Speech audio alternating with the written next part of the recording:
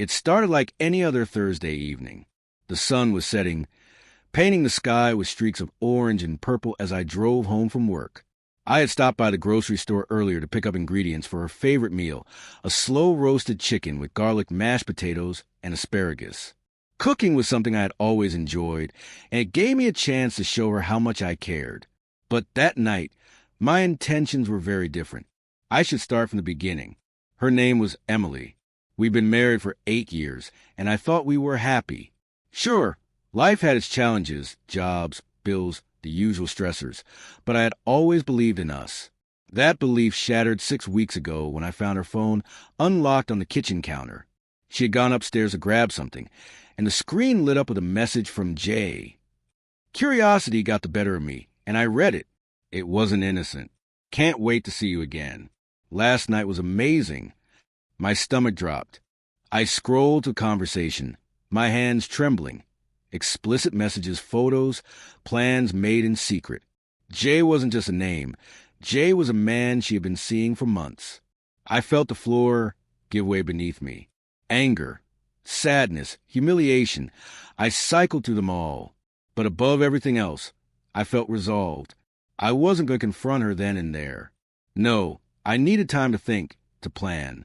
If she was capable of this level of betrayal, I wasn't going to let her get away with it. I would make her feel the weight of her choices. So, for weeks, I acted normal, better than normal. I became the perfect husband. Flowers just because, thoughtful texts during the day, extra effort in the bedroom.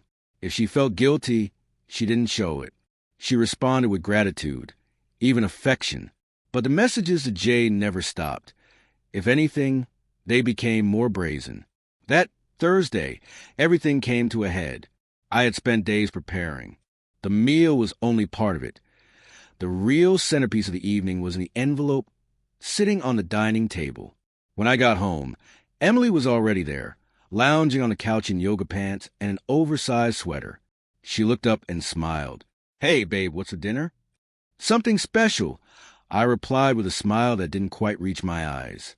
I set to work in the kitchen, the aroma of roasted garlic and herbs filling the air. She wandered in and leaned against the counter, watching me. "You've been so sweet lately. What's the occasion?" "Just wanted to show you how much I appreciate you," I said, not missing a beat. The table was set, candles, cloth, napkins, the works. She seemed genuinely touched as she sat down and took her first bite. "This is amazing, Jake. You really outdid yourself." "I'm glad you think so," I said, pouring her a glass of wine. "There's something I want to show you after dinner." Her brow furrowed slightly, but she nodded. "Okay." We finished the meal in relative silence. She complimented the food several times, but I could tell she sensed something was off. When the plates were cleared, I gestured for her to follow me into the living room. The envelope was on the coffee table. I handed it to her without a word. "What's this?" she asked, her voice tinged with uncertainty. "Open it." Her hand trembled slightly as she slid the papers out. The color drained from her face as she read the first page. It was a detailed report from the private investigator I had hired. Dates, times, photos, her and Jay at a hotel, her and Jay at a restaurant, her and Jay in his car, kissing passionately. "Jake, I can explain." "Don't." I interrupted, my voice calm but firm. "I don't want your excuses. I've known for weeks, Emily. Weeks." She stared at me, her eyes wide and glassy.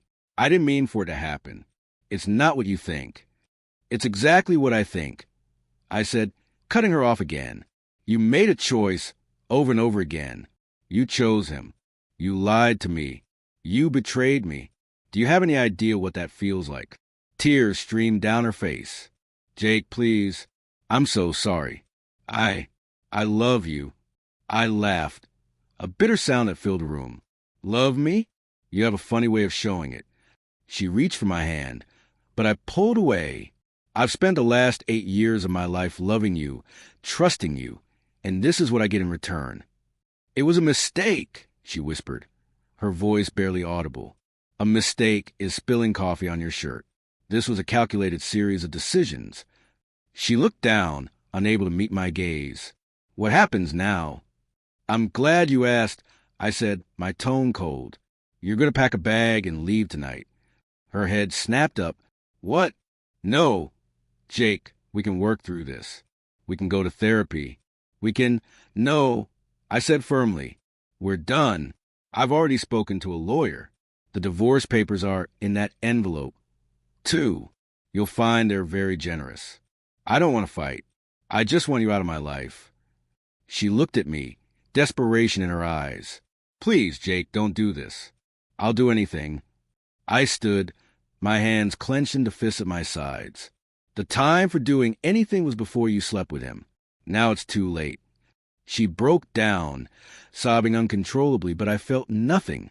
No pity, no regret, just a cold sense of justice. There's one more thing, I said, my voice steady. I sent a copy of that report to Jay's wife. She deserved to know the truth, too. Her head snapped up, horror etched on her face. You didn't. I did, I said. She was very grateful, by the way. Said she'd suspected something, but didn't have proof until now. Emily's sobs turned to wails. She begged, pleaded, but I had already made up my mind. I handed her a suitcase I had packed earlier and pointed to the door. As she stumbled out into the night, I felt a strange sense of peace. For the first time in weeks, I could breathe. The woman I thought I knew was gone, but so was the weight of her betrayal.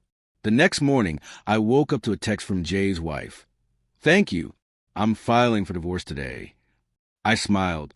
Justice had been served, and I was free to start over. Alone but free.